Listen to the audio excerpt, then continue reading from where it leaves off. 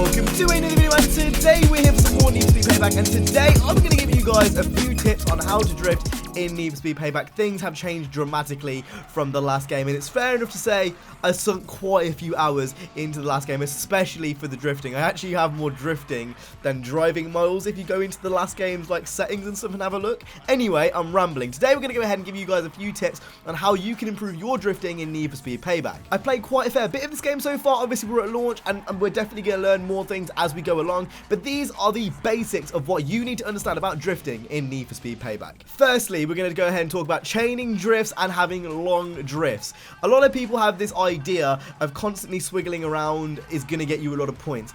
That is not the case. Chaining long drifts, especially in Need for Speed Payback's drift mode, is very, very important. If you can get a long swinging drift, that is going to do much more for you than, say, doing two kind of small drifts together. Reason being, and this kind of goes into kind of my second point, is the multiplier. If you can get long chaining drifts, you're going to increase your multiplier. If you can increase your multiplier, you're going to increase your score. And then obviously using the other things I'm going to say in this video effectively, that can build up to a max multiplier score, which is huge in itself. I know a lot of people are going to fall into the trap of going around a drift, losing power, and then kind of just swiggling around to get points. That isn't effective. What is effective is doing a long swinging drift. If you lose power, fix back up, NOS straight ahead, and then carry on doing another long swinging drift. Two long swinging drifts is much more effective points wise, unlike, you know, four little swinging drifts. That's just not going to work. Unfortunately, I haven't got any high power drifting gameplay to show you this, but you know, especially in the early stages, long swinging drifts is much more important. Number two, using NOS effectively. Again, kind of sounds simple, really. You'd think this is kind of an obvious thing, but using NOS effectively is something which a lot of people aren't going to do. A lot of people are going to spam the NOS button, and you know, obviously they'll run out at the wrong times. NOS locks your multiplier. If you're in a straight line and you aren't drifting, the multiplier will lock and you will have, say, like a 3 times multiplier, for example, whilst you're NOSing. That is vital and very important. If you can chain long swinging drifts with using NOS correctly, that's going to be huge, and that's going to allow you to keep your multiplier. For example, let's say you're going around a corner and you've got a 2 times multiplier, and then you go into a straight line, use your NOS and lock that 2 times multiplier.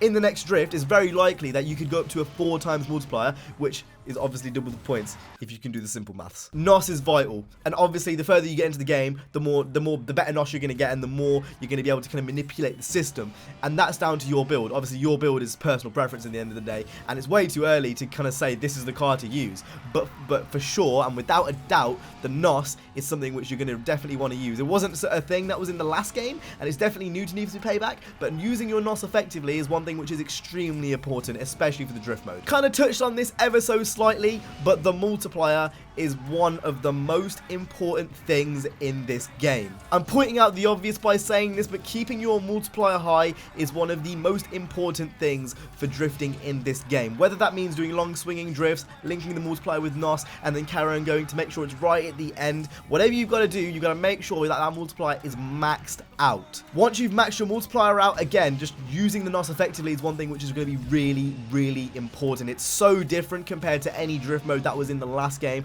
It's something which is going to take a bit of getting used to, and if you're completely brand new, there's definitely going to be things which you're not used to, because there is not any other game that is like this in terms of a drift multiplier.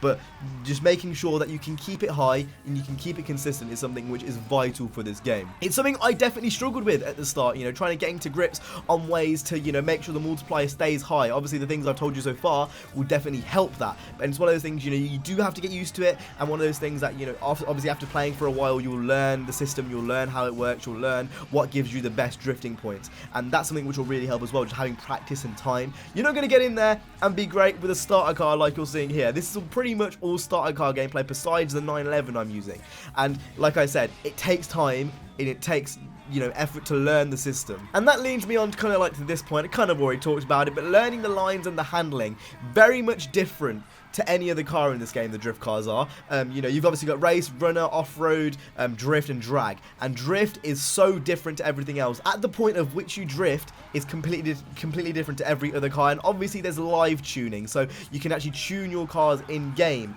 which is really, really important as well. I'm gonna go on to bad habits and things you shouldn't do in a bit, but live tuning is one thing which I feel like a lot of people are going to misconstrue. You never want to put all of your live tuning bars to the right or left. That's just not going to work, but again, we'll talk about that a bit later. If you're you're trying to beat an autolog recommendation from one of your friends, it's very important that you actually, you know, try to learn the track. I had one thing last year with the last game where I would play a track called Maximum Attack constantly, and learning the lines is something which in any racing game period is very important, and that's no different with Need for Speed Payback. If you're going for one of your friends' scores, make sure you know where you're actually driving, because that might help. And then once you learn the handling model, it's only a matter of time until, you know, it becomes natural when you can drift on pretty much any track fluently. The physics in Need for Speed Payback are really, really good, especially the drift physics. It may seem easy by watching it, but trust me, linking those drifts and making them wide and, you know, keeping the multiplier high is a lot harder than it looks. And especially, obviously, in this gameplay, I'm playing on easy because we had limited time to record all this. But when you're playing on hard, it really, really does show. And obviously, when you're beating autolog recommendations, it also does show. It's a lot harder than it looks. Anyway, now we're going to go ahead and talk about some of the bad habits. Some things I specifically did which you shouldn't do because they're bad habits. It's kind of in the name. Spamming your NOS. Conserve your NOS is my overall kind of thing with this. I mentioned it a bit earlier. Using and spamming your NOS is never a good idea. Save it for the multipliers. Save it for the straight lines where you're not doing much. I know it's very tempting to use it mid-drift, but it's completely pointless and it does nothing for you. Try not to use the handbrake is another one. You don't need to. You just use your brake, use the stick. I know a lot of people are going to start pressing the handbrake just because it's habit. It's a bad habit. Don't bother unless it's a really, really tight corner, like an 80-degree corner. There's no need. You can pretty much Scandinavian flick into a corner by itself without using the handbrake, even if it is really, really tight, and that's something you'll learn as you learn the handling model. But the handbrake is not needed, nor is the NOS really during a drift. You can brake and you'll be fine. Mentioned this, I kind of touched on it a minute ago about the kind of swiggling drifts. So a lot of people, especially in the older Need for Speed games, you know, back in Underground and whatnot, used to kind of squiggle along in the track and try to like link drifts that way. It's not going to work in this game. You're just not going to get that many points. Again, already talked about this earlier on in the video. Big chaining drifts. Don't bother doing this stuff. It doesn't work. It's pointless. Trust me, I've tried and it doesn't work. This is something you'll realize later on in the game, especially if you're, you know, defeating harder bosses. For example, Noise Bomb, Aki Kimura, I think he's called, is the Drift King, and that can get really hard, especially if you're playing on the harder difficulties. I personally was playing on hard. In these videos, I'm playing on easy just because I wanted to get as much gameplay as possible. But it's one thing you'll realize, especially when you're facing the harder bosses, it gets really, really hard if you aren't connecting the drifts properly. Chaining drifts is so important. It's very hard to explain. When you play the game, you'll understand. You know, watching gameplay doesn't do it justice.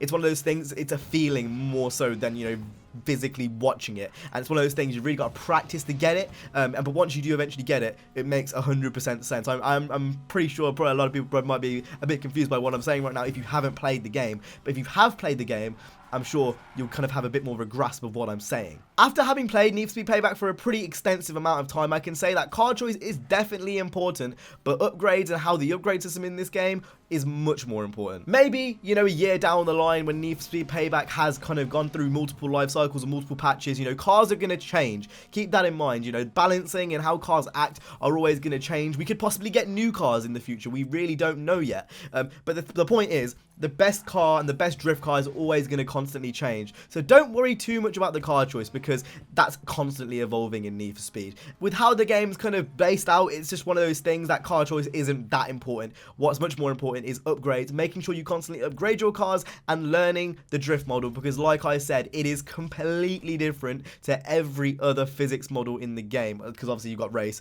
etc. Already explained that kind of stuff. Do these things and you will drift better. Now obviously we're close to the launch of Need for Speed Payback, so more tips and tricks will be kind of found out in the coming months, and if that interests you, make sure to go ahead and hit the like and subscribe. Drifting is one of those things which I am really, really interested in. It's one of those things that got me hooked on the last game, and I can't wait to mess around with it in the full game with Need for Speed Payback. So with that being said, I hope you guys enjoyed this video. If you did, make sure to go ahead and hit the like and subscribe. I'll see you guys in the next one. You guys have an awesome day, safe, and peace.